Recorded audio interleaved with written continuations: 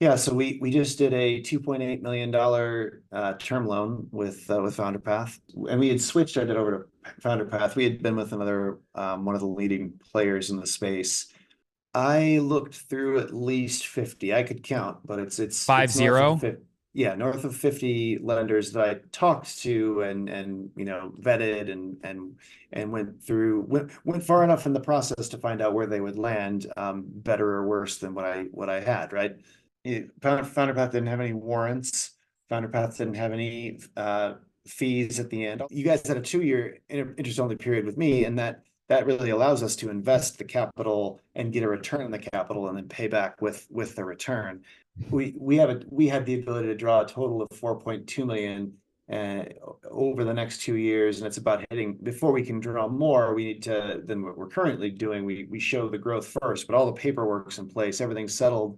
So given that we move through and continue growing the way we've been growing, you guys would do a second tranche, and it's all kind of set up already to go another $1.2 million loan. Yep. And Yep. that is a differentiator, because some people are just like every single thing is a new thing, so you kind of have to go through the whole process again. But the cost of the capital, if of a equity capital, if you have a good business, is way higher. I mean, if the business isn't worth anything, then yeah, selling equity is cheap. But if the business is worth something, then and growing nicely and doing well, that equity money that you bring in early on is extremely expensive. So at Mhm. the very least, you would want to load up on all the debt that you could before you brought in equity, and you'd want to bring the equity in behind the debt, because in the period of time that you're able to float the boat with debt,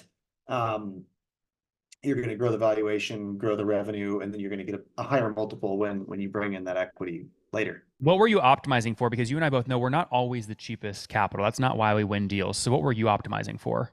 And in the end, yours was the cheapest capital on the market, and out of everyone. Although, like you All say, in that though, wasn't maybe our the headline rate might have been higher, but when you did the all in calculation, our all in rate was cheapest. Is that accurate? yes.